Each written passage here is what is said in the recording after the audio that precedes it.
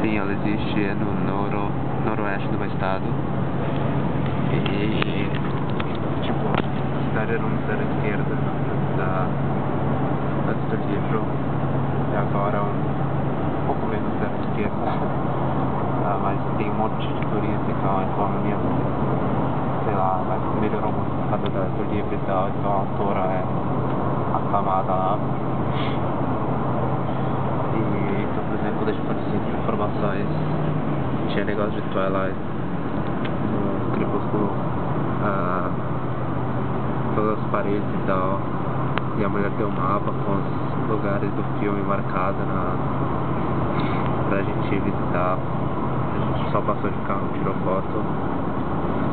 E sei lá, meu, ficou. Aí antes de Porto, a gente foi numa praia como é Oceano Pacífico.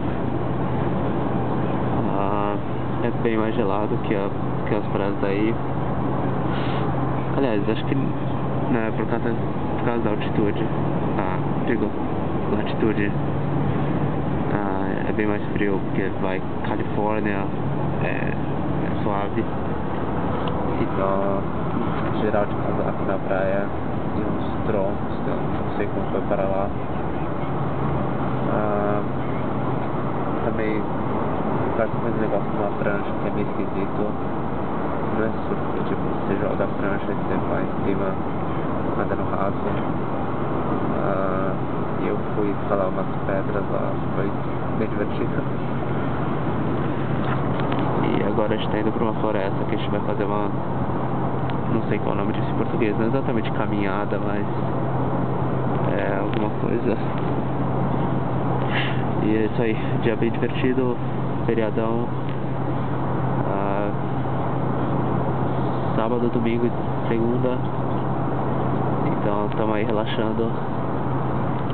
Não sei do que é o feriado, é alguma coisa do país, sei lá, vai ter um feriado nacionalista. E eu tô meio resfriado, por isso que minha voz tá estranha.